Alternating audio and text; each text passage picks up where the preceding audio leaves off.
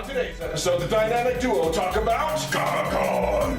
I'm Eric. I'm Nathan. And we are Nuts and Nerds.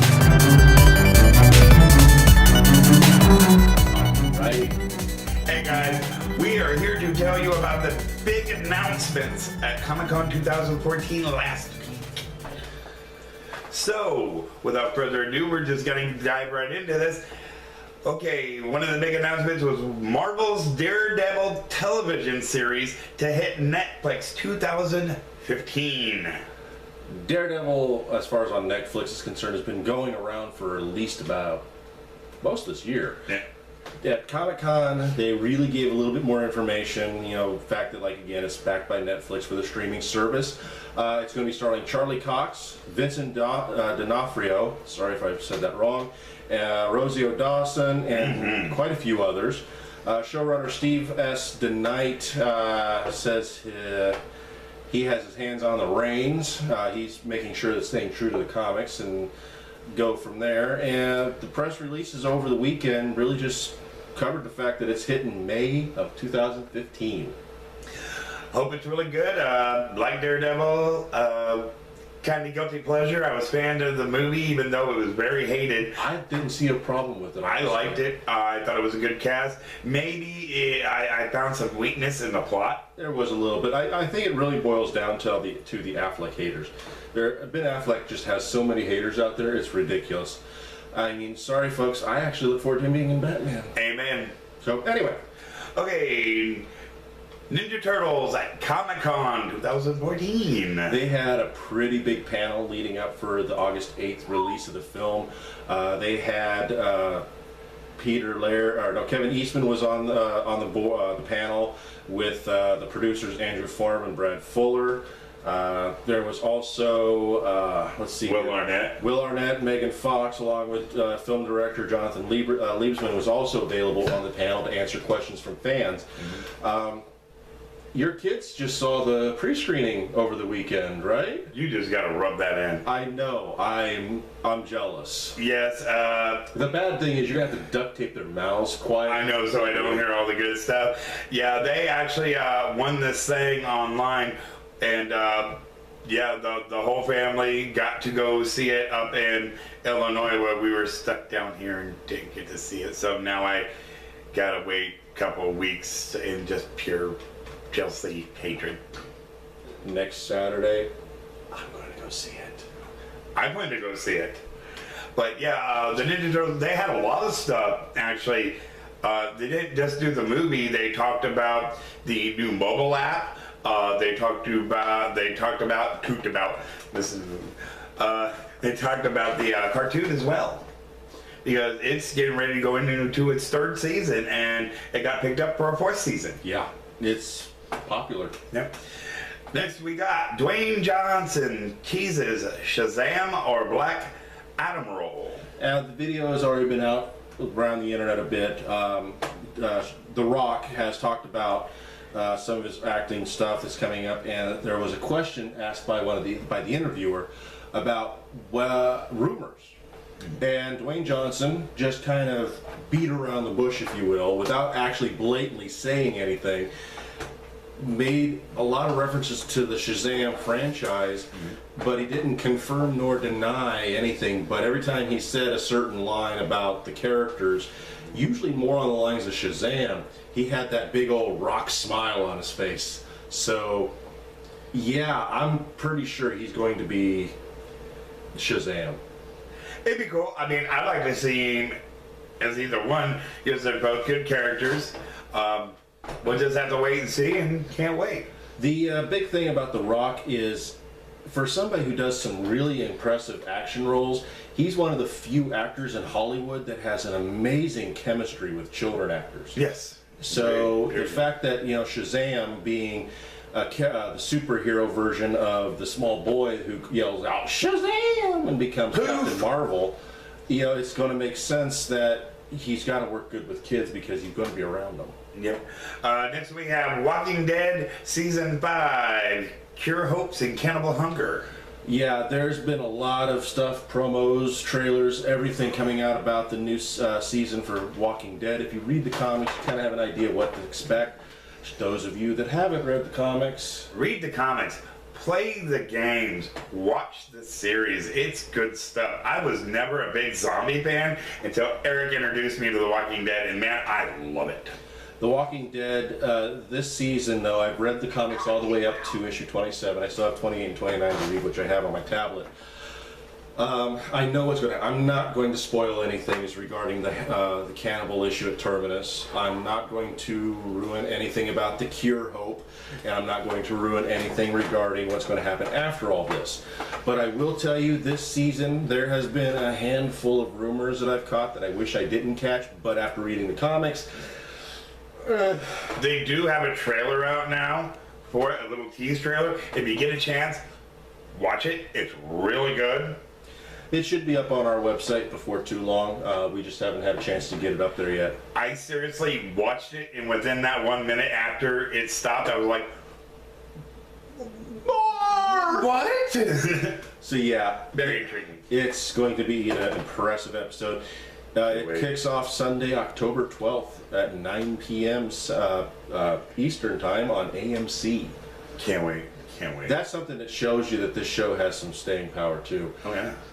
AMC has not flip-flopped their schedule for the show. I mean, if you ever watch a show that gets flip-flopped time frame-wise... Now Monday, now Tuesday, now midnight at Saturday. Basically, any time a show gets flip-flopped, it's either trying to jump into a category, time frame that people watch mostly, or the show is getting, like, any time a show gets put on primetime Fridays, it's usually mean put a fork in it because it's done. Yeah, pretty much. Okay, next is Game of Thrones. New Season 5 cast members revealed. HBO has used Comic-Con a lot for big announcements, and this year was no different. They've just announced some of their new additions to the cast, ranging from Alexander Siddig as Doran Martell, Toby Sebastian as Tristan Martell, Nell Tiger Free as Marcella Baratheon, Diablo Apori as Ero Hota, Enzo Salenti as Yazan, and Jessica Henwick as Nymeria, or Nim San. Rosabelle Lorente Sellers as Tyene Sand, Keisha Castle Hughes as Obra San, and Jonathan Price as the High Sparrow. Say that 5 times fast. I do apologize if I got some of those names wrong. We do mean well. Yes. But anyway, yeah, if you follow the books, you got an idea. I haven't read the books. I know I should. I feel bad for not doing it. I'm guilty because I haven't read the books and I've never seen the show. I have all of them, so you need to catch up. I've heard it's really good, so I got to take some time and watch it and catch up too. If I recommended Walking Dead and you fell in love, and I'm recommending Game of Thrones, you know it's going to happen. Yeah. You're going to hate me. You're going to be like, I have this. Well, just like Doctor Who, you told me to watch Doctor Who, and I was never a big Doctor Who fan, but I've caught little pieces of the one on I think it's either Hulu or Netflix, and my kids love it, and I'm kind of hesitant to do it, but I think I don't know why. I should just sit down, watch it, and enjoy it. It's one of those shows you get in your mind. Game of Thrones, Doctor Who, Walking Dead, just to name a couple. There are shows that you want to get into, but you're afraid of the fact that they're so far into the shows now. You got so many seasons into it. You're going to have to marathon watch them, and you realize that's going to be days on end of your life that you just basically kiss goodbye. But kind of like what I had to do with Walking Dead, but it was worth it. It's definitely worth it. And he's still not caught up yet. Yeah, I'm a season behind, but we'll get that taken care of. We'll get it. All right. Okay, on to the next one. Constantine. Okay, what we got is that Constantine is on its way, and Papa Midnight is confirmed for the first season. Now, I have not read the Constantine comics. The only reference I have... Bill Blazer is awesome! The only reference I have to the franchise is the movie that came out a few years ago. With Keanu Reeves? With Keanu Reeves. It wasn't a bad movie. It wasn't a great movie either. I know there was a lot of issues regarding, the comic book to movie issues that are usually involved. It wasn't too bad, but Keanu Reeves is getting to that point where every character is kind of the same, but there was other characters in there to kind of pull you away from that. And I'll tell you one thing, as a musician, Gavin Rossdale did awesome in this movie. I mean, really good, and the special effects were really good, but I can't wait to see what they're going to do with this TV series where it's mostly based on the comic book. It's going to star Matt Ryan and Lucy Griffiths. Papa Ryan in the show, since it's set on his turf, is in the comics. Midnight is a voodoo practitioner and mob boss who more or less runs New York underworld. The show on NBC, the show itself is a very dark, the comics is a very dark and gritty comic book series. And it's going on one of the big three networks, the family-friendly network. So I'm kind of curious how they're going to run with it, because I've seen things that are supposed to be dark and gritty on NBC, CBS, and ABC, and it's toned down too much that it doesn't feel dark or gritty. That's not what they're saying about this. They're going to try to stay. They're going to push the envelope on this. Well, you think about it. We got on FX. There's The Strain, which is a vampire Dracula series, basically. Mm-hmm. And no, they don't sparkle. There's Game of Thrones, The Walking Dead. They're covered in diamonds. We have TV shows, even WGN, which is all about family-friendly television, has Salem. And if you've seen any bits and pieces of Salem, that is a show that is pushing the envelope. There's even side cleavage on that. And again, family friendly. There was a few scenes that there's literally an orgy going on the TV show. And again, WGN, family friendly entertainment. So we're looking at TV taking a change. So it's very You're possible. good about education. It's very possible that Constantine really could end up being what the fans want, because television's going in that route. As a visual, from what I've seen, I like it because, unlike the movie, they're having their characters look just like the characters from the comic. Matt Ryan, he dyed his hair, he cut it. He wears the brown... the trench coat, yeah. The trench coat, it has the look, and that's what kind of Keanu Reeves stayed away from, It was his traditional hair, and he wore a suit and stuff, so it kind of threw me off a little bit, but it looks like they're trying to stay true with their characters when they cross them over from the comics, and you know what? That's awesome. Yeah. That's very awesome.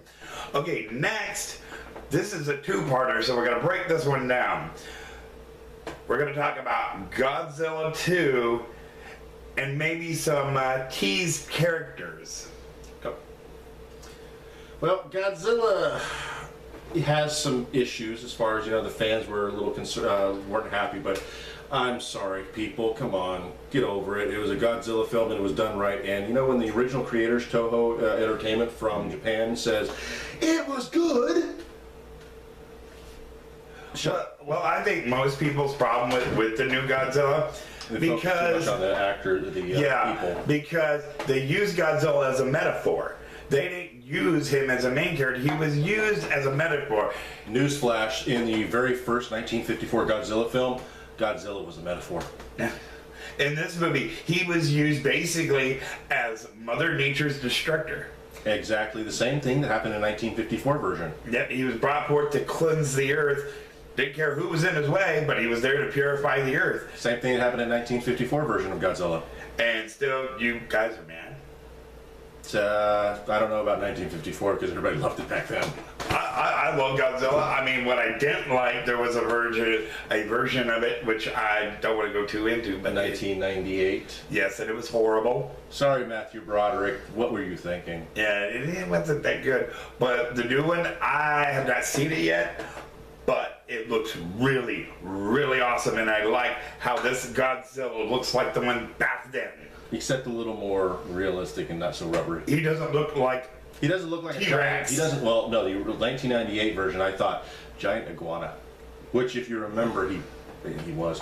And it's so cool. On top of that, well, the big thing is they're actually going to do a sequel, which is awesome. I haven't seen the first one yet either. But the sequel is going to, from what is being said from Comic-Con, Rodan, Mothra, and Ghidorah. Mothra, save us, Mothra! They're going to be the villains. They're coming in to be... He's going to have a trifecta of villains to take on and kill. Dun, dun, dun. Quite interesting. Now, there is another one we're tying into this. Okay, they're also working... Now, if anybody knows that Legendary is actually doing the Godzilla deals, so in this, they're also going to do another one, which is King Kong. And they're going to talk about the King Kong origin, as they want to call it, Skull Island. I'm not sure how I feel about this. They want to do a movie, November 4th, 2016 release, supposedly. Origins. An origin film. Certain things I can see why we want to do origin films, like, okay, X-Men Origins Wolverine. I mean, nobody knew the Wolverine origin for years until Marvel decided to actually do comic books based off of its origins. So, hey, let's do movies. The first origin film did suck. Anyway. Nobody really cares where King Kong came from. He's a big monkey from a small island in the middle of the Pacific. Okay. It was never explained how he came about, and I don't think anybody cares. Yeah, and I really think them explaining it is going to take away from the magic that is King Kong. Why do it? Now, the only thing... We got this cool piece of candy, but we're going to tell you how it's made, so you'll never like it. The only thing on why they're doing Legendary Films, who did Godzilla, is doing a King Kong reboot kind of thing, is maybe we'll get a proper King Kong versus Godzilla film. I mean, have you seen the original from way back when? Yeah. Two guys in costumes beating the crap out of each other. And the monkey costume was horrible. Yeah. So, I think that's the only thing this film's for. I don't think it's going to be one of those films like they're going, please be a prophet, please be a prophet. No, they're thinking, let there be enough viewers to get us a third film, Godzilla vs. King Kong. We kind of got a prequel in the reboot of King Kong with Jack Black when he went against the T-Rex. I think it was kind of a hint. No, it wasn't. Well, first of all, two different companies that did the film. Oh, yeah. So this King Kong, Skull Island against the lizard? That's happened in previous King Kong crap before. This Skull Island movie, I really think, is going to be a kaiju franchise type tie-in. I wouldn't be surprised if Legendary starts buying other big name kaiju characters from around the place. Like, who knows, maybe we'll get an Ultraman tie-in somewhere down the line. That would be kind of cool. That would be sick. But I really think that's the point of Skull Island. It's not a movie where they're hoping to build a franchise off of, but more on tied in to a Godzilla film. Sounds good. That's the big thing that you got to look to. A lot of movies are going into creating franchises that aren't built just around one character anymore or just one team. They're trying to create franchises built around entire universes. They want all the iconic. Marvel is a perfect, and DC now is finally doing it.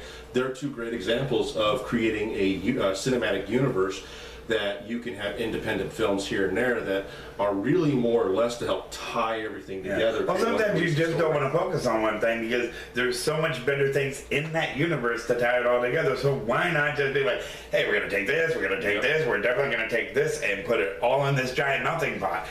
So you heard it here first. We're predicting that Godzilla 3 is going to be a Godzilla versus King Kong film. Hope so. I'm predicting it. And I'm going to give you a date. I'm going to agree with Eric because I mean, just for the simple fact, I want to see it. They haven't set a date for Godzilla 2 because the director, writer guy, he's going to be, Gareth Edwards, he's going to be busy with a Star Wars spinoff. Mm-hmm. However, I have a feeling 2016, it sounds like a good date for the Godzilla 2. I'm predicting 2018, 2019 Godzilla versus King Kong. I wait. I predict that. Okay, next we're going to talk about is Peter Jackson is talking about the Battle of the Five Armies. This is going to be, I want to say the last, but I believe they said they split it up into 4 movies. The Hobbit. This is the part 3. This is where, you know, if you've read the book, this isn't a spoiler, because, I mean, come on, the book's been out since the 60s, late, you know, yeah, 60s. So if you haven't read the book, if you don't want to hear a spoiler, mute this right now. Mute it. I'm going to flash my hands. Mute. And when I do this again later, unmute. There we go. In the book, Smaug is killed. Where after the spoiler I just gave, the armies come together to fight over the gold, the dwarven gold, because everybody's laying claim to it. Even though the returned king of the under the mountain has come back and claiming his gold, everybody's being greedy and said, "No, I want you." You know, the reason why Peter Jackson's going into why this is his favorite is because of the amount of work and the production quality of it, everything about it, the epic scale of this film. Well, to me, Peter Jackson goes balls to the wall with a lot of his movies, especially Lord of the Rings and The Hobbit.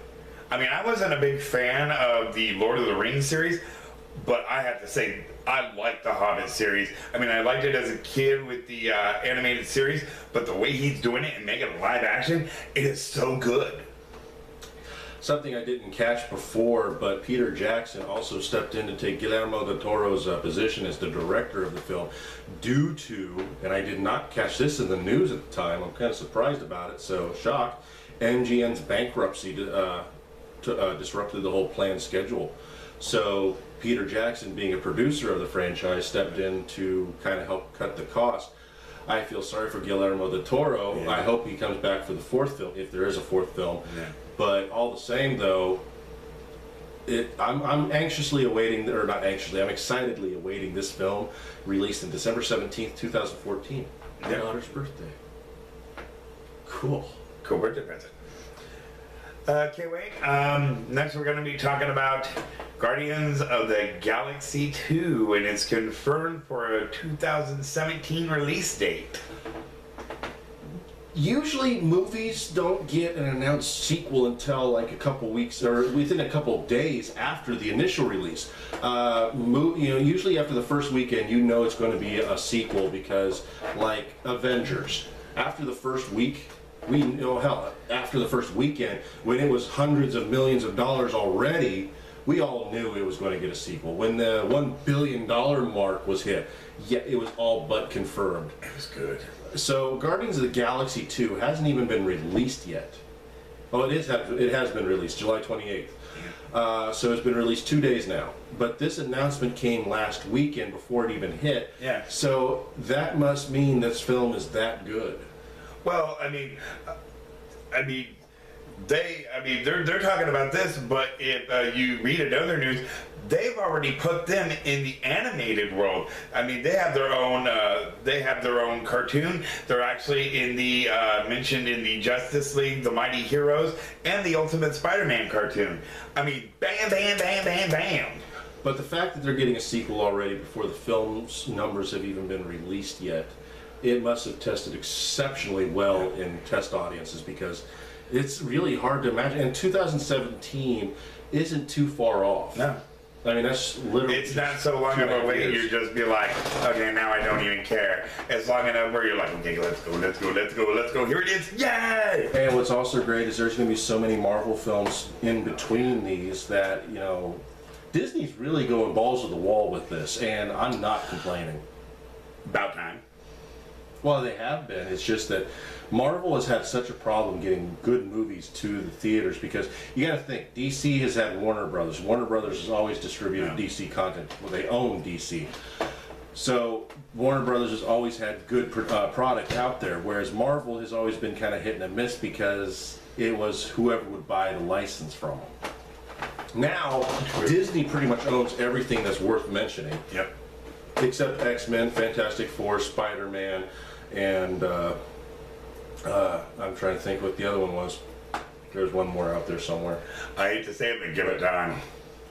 They'll fluke up and drop it. Disney will grab them like that. Disney is kind of waiting, but at the same time, there was an argument made on a website once a few weeks back that it's kind of good that Disney doesn't have the rights to the licensing rights for the movies on all of the franchises, because while Disney Marvel is pumping out 1 or 2 movies every year for all these franchises, Sony Pictures and Fox are able to churn out their products at the same time. What I would really like to see is Disney and Marvel and Sony and Fox do a new agreement where they each one has the license to their product on their own, but allows for a transition of characters from one franchise to the other. For example, in Avengers 2, we have Quicksilver and Scarlet Witch. However, X-Men Days of Future Past had Quicksilver in it also. Yeah. Except we're 2 totally different actors. Yeah. 2 totally different looks. However, maybe we can argue that they are the same character. Yeah. You know, they are the same character, but the same movie character in 2 different franchises using 2 different actors, because you got to think, Days of Future Past was in the 70s, whereas Avengers is today. Yeah. Maybe the noble hero handed down his cloak to the next in line. Either way, I really want to see all these different Marvel products being put out by different companies tie in together. I'd like to see for this simple fact, I'd like to see Marvel and DC. No, not DC.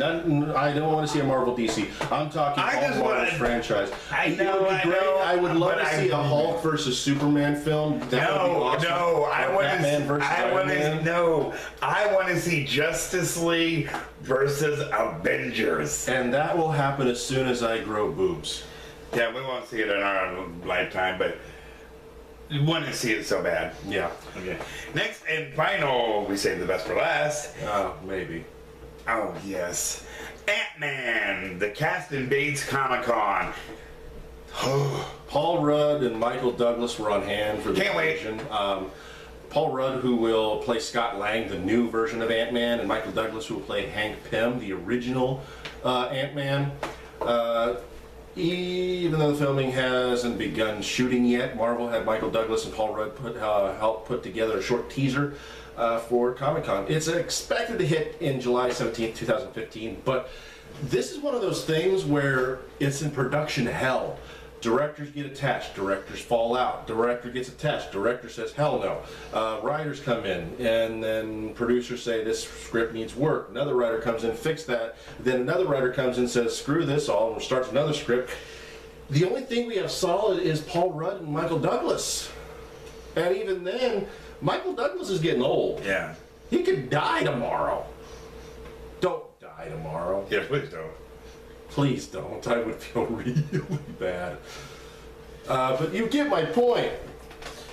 I want to see this film be made, but at the same time, I don't see it getting made. I think it's going to be one of those films that 5 years from now, you're going to see on episode number 431 of Notes and Nerds, Ant-Man has come back out of limbo, only to go back into limbo. Yeah, Ant-Man might get what I call the Deadpool curse. Oh. Which it has, I know, and it has all the awesomeness to be made. Studios wake up, Ryan Reynolds get on the project, let's get the shit done. Oh, Ryan Reynolds is on board, he just... But it might have that curse, but we're hoping it's not. Hopefully, Ant-Man will get made, and hopefully Deadpool will get made. A poster for Ant-Man has been produced, and it looks pretty cheesy, but it catches the point of what Ant-Man is about. I won't argue with that. Yeah, and just to throw something in, kind of get off the Ant-Man thing now. The last thing, we didn't add this to our show notes, but oh my God, towards the end of Comic-Con, it was huge leak. Everybody. God. It has been on YouTube shared so many times that 20th Century Fox has been racing. They've been racing to catch all these and delete them all, and it's gotten to the point where everybody is thinking finally Fox is going, yeah, forget it. Yeah.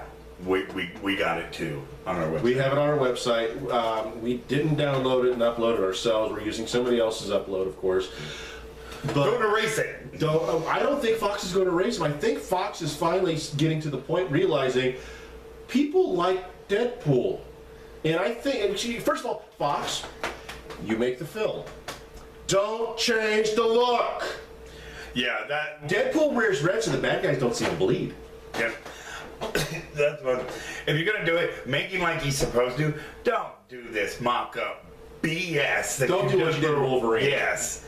Where you cover his mouth and it was retarded. Keep Ryan Reynolds. Yes. Ryan Reynolds, before he became Deadpool, when he was Deadpool human version, prior to becoming, all screwed A up, sarcastic little butthead. he is perfect for the role. He is perfect. And then that leaked footage, even though he didn't do it, it was all CG, but the fact that he voiced it so perfectly. Yes. This is what they're being spastic about, because this leaked CGI version came out, which we have on our site, so check it out.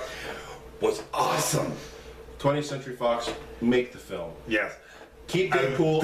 Don't alter the costume. Keep the costume the way it is. Yeah. Who cares if it's a cheesy comic book costume? It's fine. Deadpool is a cheesy, sarcastic asshole. Keep the costume a cheesy, sarcastic asshole costume. And what did the leaked trailer have? The cheesy, sarcastic asshole costume. And it worked. Yes, and the stuff he said was funny and smart-assy, and the fact it was gold. If you're worried that the costume isn't going to allow the personality to come through, the CG work is a perfect example. There was no Ryan Reynolds face, but you didn't care because he's got one of those type of sarcastic personalities that you could be behind walls talking over a walkie-talkie and it's going to come through loud and clear. You will know who it is when he talks. So, with that, all right, guys, in today's episode, we covered some awesome announcements from San Diego Comic-Con. And if you want to check out some of the other huge announcements that we made, go to our website at www.notesandnerds.com. And remember to check us out on Google+, Facebook, and Twitter. Plus, if you like our stuff, and we know you do, go to our Patreon page at patreon.com/notesandnerds where you can give a little, to get a little. And remember to check us out at shop.notesandnerds.com where you can buy really cool swag. Clothes, t-shirts, toys, and more. So guys, till next time, remember, kumbaya, my little toes.